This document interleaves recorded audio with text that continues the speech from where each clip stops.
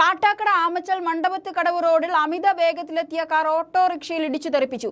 കാട്ടാക്കട ആമച്ചാൽ തൃക്കന്നപുരം മഹാദേവ ക്ഷേത്രത്തിന് മുൻവശമുള്ള റോഡിലാണ് സംഭവം. ഓട്ടോറിക്ഷ ഡ്രൈവറെ മെഡിക്കൽ കോളേജ് ആശുപത്രിയിൽ പ്രവേശിപ്പിച്ചിട്ടുണ്ട്.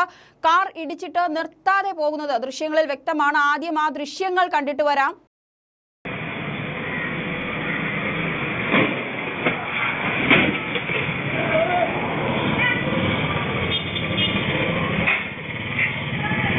വിശദാംശങ്ങളുമായി ജയശങ്കർ ചേരുകയാണ്. ജയശങ്കർ, കണ്ടിട്ട് ഈ കാർ മനഃപൂർവ്വം ഇടിച്ചതാണോ എന്ന തരത്തിൽ പോലും സംശയം ജനിപ്പിക്കുന്ന തരത്തിലുള്ളൊരു അപകടമാണ് നടന്നിരിക്കുന്നത്. എന്താണ് സംഭവിച്ചത്? കൃത്യമായി ഈ വ്യക്തിക്ക് എന്താണ് ഇപ്പോൾ നിലവിലത്തെ അവസ്ഥ എന്താണെന്ന് കൂടെ പറയാമോ?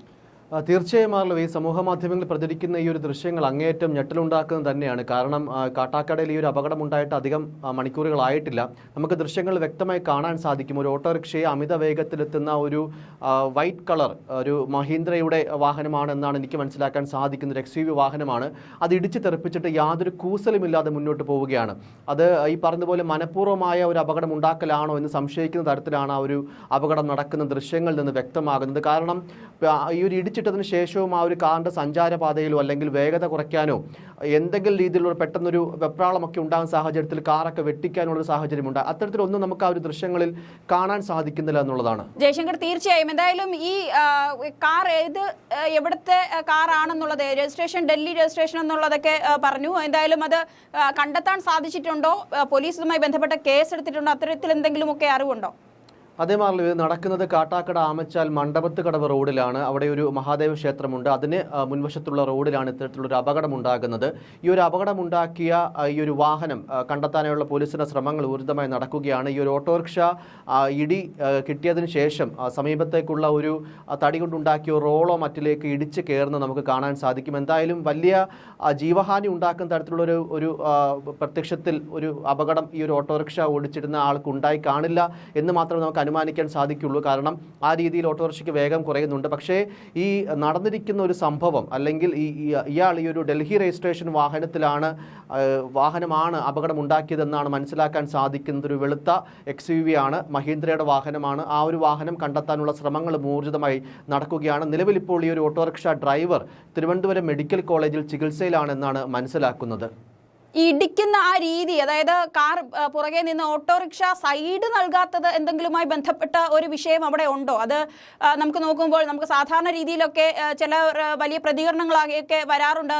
ഈ ഓട്ടോറിക്ഷ ഓടിക്കുന്നവർ റോഡിൽ ശരിയായ ദിശയിലേക്ക് പോകാറില്ല, അല്ലെങ്കിൽ സൈഡ് കൊടുക്കാറില്ല. പക്ഷെ ഇവിടെ അങ്ങനൊരു ഇതല്ല. സത്യത്തിൽ ഈ ദൃശ്യങ്ങളിൽ നിന്ന് വ്യക്തമാണ് മുൻപരിചയമുള്ള അല്ലെങ്കിൽ വൈരാഗ്യമുള്ള ആരുടെയോ ഓട്ടോയിലേക്ക് ഇടിക്കുന്നത് പോലെയുള്ളൊരു ദൃശ്യങ്ങളാണല്ലേ നമുക്ക് കാണുന്നത് പ്രത്യക്ഷത്തിൽ.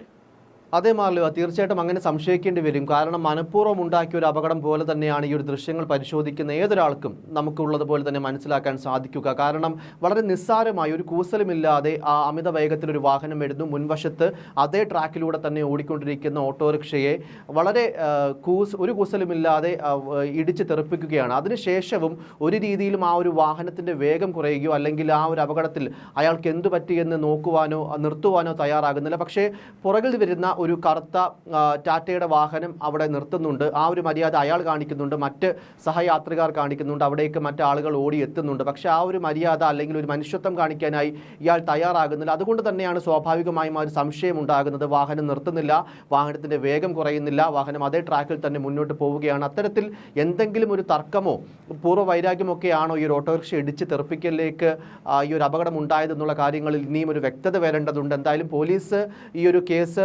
കേസിൽ അന്വേഷണം എടുത്തിട്ടുണ്ട്, അന്വേഷണം ആരംഭിച്ചിട്ടുണ്ട് എന്നാണ് നമുക്ക് മനസ്സിലാകുന്നത്. കാരണം അത്തരത്തിൽ ഈ ഒരു ദൃശ്യങ്ങൾ സമൂഹ മാധ്യമങ്ങളിലടക്കം വ്യാപകമായി ഷെയർ ചെയ്യപ്പെട്ടുകൊണ്ടേയിരിക്കുകയാണ്. തീർച്ചയായും എന്തായാലും ഇതുമായി ബന്ധപ്പെട്ട പോലീസ് തുടർ നടപടികളിലേക്ക് കടക്കുമെന്ന് തന്നെ വിശ്വസിക്കുന്നു. എന്തായാലും ഈ ഒരു അപകടം വലിയ തരത്തിലുള്ള ഇത്തരത്തിൽ റോഡിലൊക്കെയുള്ള അപകടങ്ങൾക്കെതിരെ വലിയ തരത്തിലുള്ള നിയമ സംവിധാനങ്ങളൊക്കെ ഉണ്ടെങ്കിലും വീണ്ടും ഇത് ആവർത്തിക്കപ്പെട്ടുകൊണ്ടേയിരിക്കുന്നു.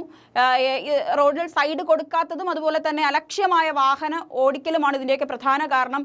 ഈ കാറിൽ ഇരുന്ന വ്യക്തി എങ്ങനെയാണ് വാഹനം ഓടിച്ചത് അല്ലെങ്കിൽ മൊബൈൽ ഉപയോഗിച്ചിരുന്നു എന്നൊക്കെയുള്ള സംശയങ്ങളാണ് പൊതുജനം ഉയർത്തുന്നത്.